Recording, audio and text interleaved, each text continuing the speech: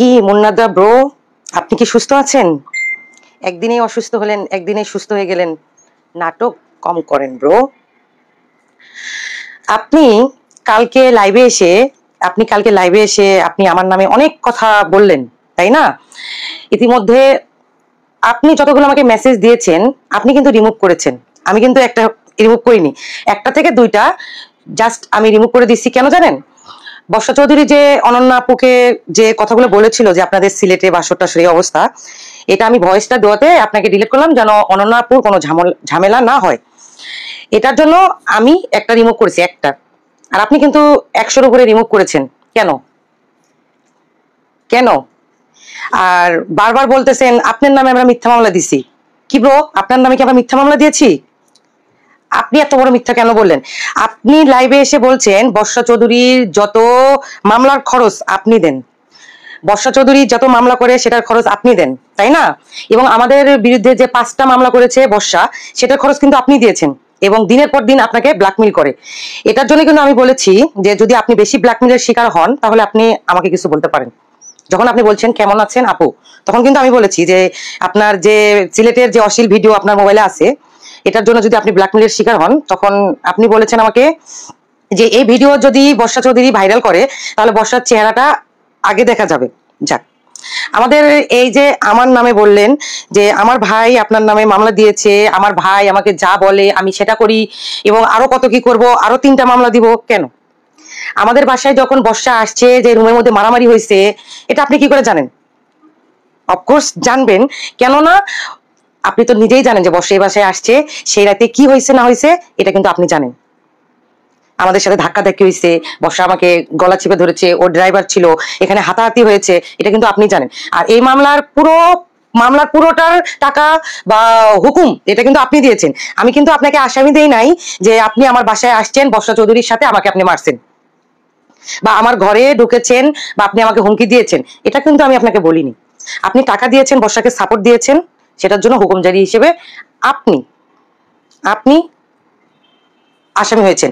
আবার কালকে বলছেন যে লাইভে এসে যে আরো 3টা মামলা দাও, আরো 3টা মামলা দাও, 15 লাখ টাকা। কোথায়, কার কাছে, কোন জায়গাতে বলা হয়েছে যে আপনার কাছে আমরা 5 লাখ টাকা চাইছি?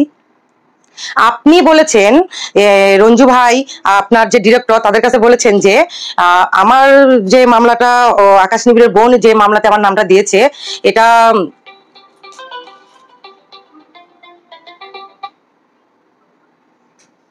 আপনি বলেছেন যে এই মামলা থেকে আমার নামটা কাটাই দিলে যে খরচটা পড়বে সে খরচটা আমি দিয়ে দিব। এটা আপনি রঞ্জু ভাই বা আপনার হচ্ছে যে সিনেমার ডিরেক্টর তাদেরকে বলেছেন, আপনি নিজে, আমরা তো আপনাকে বলিনি। তখন আমার ভাই বলেছে যে খরচটা হয়েছে, এটা যদি হয় তা আমরা ভেবে দেখবো এটার জন্য।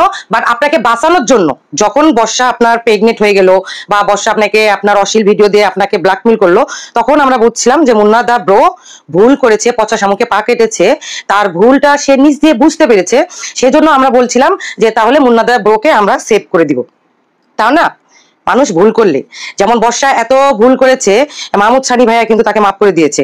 এখন আপনি বর্ষার ফাঁদে পড়া আমাদের এত ক্ষতি করেছেন, আমাদেরকে মামলা দিয়েছেন, এত বড় ক্ষতি করেছেন, সেজন্য বলা হয়েছিল যে যেহেতু আপনি এখন ভুল, আপনি নিজেই ব্ল্যাকমেলের শিকার, তাই না? আপনি এখন যেহেতু নিজেই ব্ল্যাকমেলের শিকার হয়েছে, নিজে বুঝতে পেরেছেন আপনার সংসারটা ভেঙে যাচ্ছে, সেই হিসেবে আমরা বলছিলাম মুন্নাদা ব্রো যেহেতু নিজের ভুলটা বুঝতে পেরেছে, সে যদি একটা মিউচুয়াল হয়, আমরা চাই মুন্নাদা ব্রো এর মধ্যে থেকে বের হয়ে যাক। এটা না করে আপনি কি বললেন কালকে লাইভে এসে, একটা কানা করিও দিব না। আপনার ভাই আমার কাছ থেকে টাকা চেয়েছে। আচ্ছা, আমার ভাই কোথায় কার কাছে টাকা চেয়েছে এটা নাকি আপনি ভিডিও আছে আপনার কাছে, আপডেট দেন। বা কোথাও কোনো স্ক্রিনশট থাকলে স্ক্রিনশটটা দিয়ে দেন। কোথাও যদি আপনার কোনো স্ক্রিনশট থাকে তাহলে স্ক্রিনশটটা দিয়ে দেন। আমরা আপনার ভালো চাইছিলাম আর আপনি মাঝখানে আমাকে ফাইসাই দিলেন কালকে আইসা যে এক কানা করিও দিব না, আপনার ভাই আপনাকে চালায়, আপনার ভাই আপনাকে লিড দেয়, আপনার ভাই আপনাকে এটা করে সেটা করে। আমার অভিভাবক আমার ভাই, আর আপনার পরিবারের অভিভাবক হচ্ছে আপনি। আপনি আপনার পরিবারকে চালান, আপনার পরিবার, আপনার ইনকাম দিয়ে আপনার পরিবার চলে, আমার ভাইয়ের ইনকাম দিয়ে আমাদের ফ্যামিলি চলে। এটার জন্য এই না যে আমি অন্যায় কিছু করেছি, অন্যায় করেছেন আপনি, তাই না? অন্যায় করেছেন আপনি। আপনি বর্ষা পিছে দাঁড়াইয়া লক্ষ লক্ষ টাকা খরচ করে আপনি শুধু আমাদের ক্ষতি করেছেন। কেন কেন করেছেন? আমরা কি আপনাকে একবারও বলেছিলাম যে মুন্নাদা ব্রো আমি টাকার জন্য আপনার কাছে মামলা করেছি? যখন হাতিরঝিল থানায় বর্ষা চৌধুরী মামলা করে আপনি তো শিখাই দিয়েছেন, প্ল্যান করেছেন, মামলা দিবে, আকাশ নিবিড় দিনের পর দিন জেল খাটবে, এটা তো আপনি করেছেন। বর্ষার সাথে আকাশের ঝামেলা ছিল, এটার জন্য আপনি করেছেন, আপনি হুকুম দিয়েছেন, বর্ষা এত কিছু করেছে। আচ্ছা, এখন যদি আপনি হুকুম না দেন তাহলে তো আর বর্ষা কোনো কিছু করবে না, তাই না? যেমন আপনি ব্ল্যাকমেলের শিকার, সেরকম আকাশও ব্ল্যাকমেলের শিকার। আপনি বলছেন না ট্রমাটাইজড করে দিয়েছে আকাশকে, এখন আপনি নিজেই ট্রমাটাইজড হয়ে গেছেন। তাহলে কালকে হসপিটালে গেলেন আর এত তাড়াতাড়ি সুস্থ হয়ে এত তাড়াতাড়ি চলে আসলেন। সুকন্যা আপু, আপনার মতো একজন বোন প্রতিটা ভাইয়ের খুবই প্রয়োজন। থ্যাংক ইউ আপু। আমরা তো অন্যায় কিছু করিনি বা অন্যায়ের বিরুদ্ধে কোনো কিছু বলিও নেই। আমরা যতটুকু বলেছি জাস্ট সত্যটা তুলে ধরেছি। বর্ষা চৌধুরীর পিছে আমার ভাই গেছে, ভাইয়ের জন্য বর্ষা চৌধুরী বিয়ে করছে, আমি আমার চোখ দিয়ে দেখছি, এতটুকুই আমি বলছি। এতটুকুর জন্য সে বলেছে যে এইটুকু যদি আমি মিডিয়ার সামনে বলি তাহলে সে আমাকে আমাকে জেল খাটাবে। তা আমি বলছি আমি যদি জেল খাটি তাহলে সত্যতেই জেল খাটবো, আর বের হয়ে বর্ষা চৌধুরীকে দেখে নিব। এটা সে অনেক কিছু করেছে, তাই না? তারপরে মুন্না চৌধুরী তাকে টাকা দিয়েছে, মুন্না খান তাকে টাকা দিয়েছে, সে আমাদের নামে মিথ্যা মামলা করেছে, সিসি ক্যামেরার ফুটেজ ছাড়া সে মামলা দিয়েছে, আরো 4টা মামলা দিয়েছে, সেগুলো তো খারিজ হয়ে গেছে। এখন আপনি ব্ল্যাকমেলের শিকার হয়েছেন। এখন আপনি বুঝতেছেন আপনার কেমন লাগছে? তাহলে আপনার সাথে বর্ষার যে ঝামেলা সেটা মিউচুয়াল করেন। আপনার বাচ্চা যদি বর্ষার পেটে এসে থাকে সেটা নিয়ে আপনি মিউচুয়াল করেন। আপনি বারবার বলছেন বর্ষাকে আকাশের সাথে মিউচুয়াল হয়ে যেতে। আপনার এটো জিনিস আকাশ কেন নিবে? আকাশ কেন নিবে? বাচ্চার বাবা কে? বাচ্চার বাবা আপনি। শ্যাম ভাইয়া এসে বলছে না যে বাচ্চার বাবা কে? বাচ্চার বাবা মুন্না খানের সাথে এত কিছু হওয়াতেই তো আকাশের সাথে এত কিছু করলো, তাই না? মুন্না খান যখন টাকার লোভ দেখাইলেন, সামান্য একটা ফটোশুট করতে গেলেন, তার আগে থেকে আপনাদের হয়তো কথা হয়েছে, একটা ফটোশুট করতে গিয়েই আপনি সিলেটে বাসর করলেন, আবার সিলেটে আপনি ব্ল্যাকমেলের শিকার হয়েছেন, আপনার গোপন ভিডিও হয়েছে, এটুকু তো আপনি আমাদের সাথে শেয়ার করেছেন। আমি কি আপনার কাছে শুনতে গেছিলাম বা আমরা কি আপনাদের কাছে জানতে গেছিলাম? আজকে আপনার ফ্যামিলি, আজকে আপনার পরিবার, আপনার কাতারের বউ, আপনার বাংলাদেশের বউ, আপনার তো সমস্যা হচ্ছে, তাই না? আমাদের কি সমস্যা? আমাদের সাথে বর্ষা যেটা করেছে তার শাস্তি সে অলরেডি দুনিয়াতেই পেয়েছে। তার জ্যাকির হাজবেন্ড সেটা বের হয়ে গেছে, জাবেদের আগে যে আরেকটা হাজবেন্ড এটাও বের হয়ে আসছে। এই যে আপনি 7 নাম্বার হাজবেন্ড নন, কিন্তু আপনি বিয়ে ছাড়াই আপনার বেবি হয়ে গেছে। আপনিও তো কম নোংরা না, বোঝেন নাই? আপনি আকাশকে ফাঁসাইতে গিয়ে আপনি আজকে নিজেই ফেসে গেছেন। আপনি আকাশ নিবিড়কে ফাঁসাইতে গিয়ে আপনি আজকে নিজেই ফেসে গেছেন। বলে না যে অন্যকে গর্তে যদি আপনি ফালাইতে যান, সে গর্তে আগে আপনি নিজেই পড়বেন। ভাবছিলেন যে আকাশ আপনার বিরুদ্ধে কথা বলছে, কেন কথা বলছে?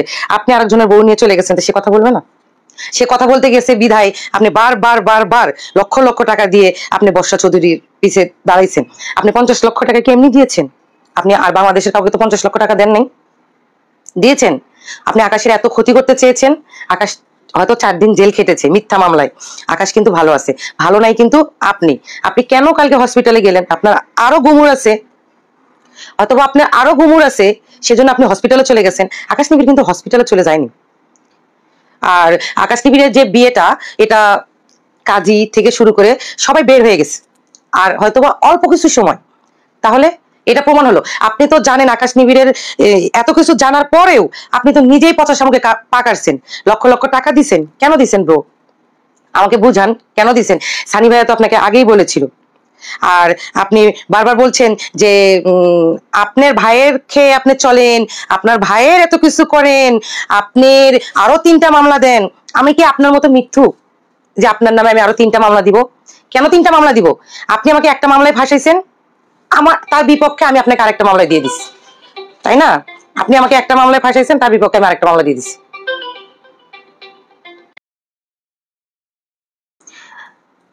সাফিয়া আজিজ খান, বর্ষাকে যেদিন জেলে দেখবো সেদিন শান্তি পাবো। আপু, বর্ষার বিচার কিন্তু দুনিয়াতে হয়েছে, আমরা দেখতে পাচ্ছি, বর্ষার আরো হবে। এই যে মুন্নাদা ব্রো, বর্ষা মুন্নাদা ব্রো রে 50 শামুক, মুন্নাদা ব্রো বর্ষাকে 50 শামুক, আমাদের আরো একটা মামলা বর্ষার প্রতি বাকি আছে, এটাও আমরা করে দিব। এটাও আমি করে দিব। খাদিজা তুল কুবরা টুম্পা আপু, বাচ্চাকে বাচ্চাকে বাঁচানোর ব্যবস্থা করেন, নিষ্পাপ শিশুটির কোনো দোষ নেই।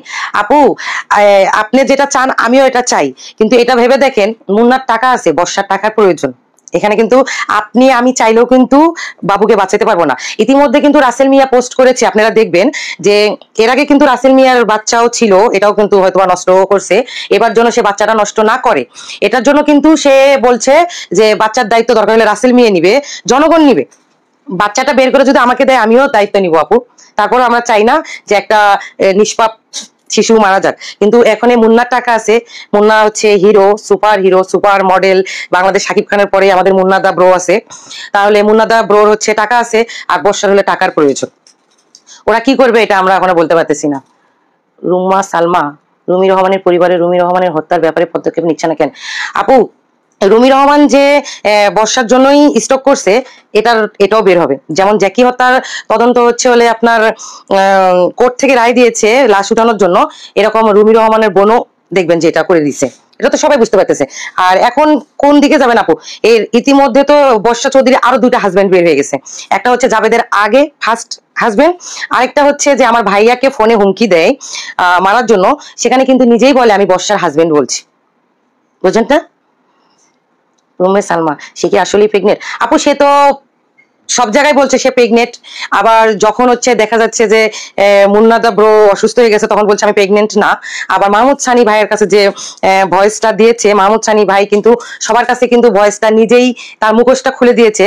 সে বলেছে যে তার যে হসপিটালের যে পেপারস সেটাতে নেগেটিভ পজিটিভ আসছে, তার মানে সে প্রেগনেন্ট, এটা উনি বলছে। আর কালকে তো মাহমুদ সানি ভাইয়া যতটা বর্ষার ভয়েস ছিল সবটা কিন্তু দেখে কিন্তু মাহমুদ সানি ভাইয়া উচিত জবাব দিয়েছে।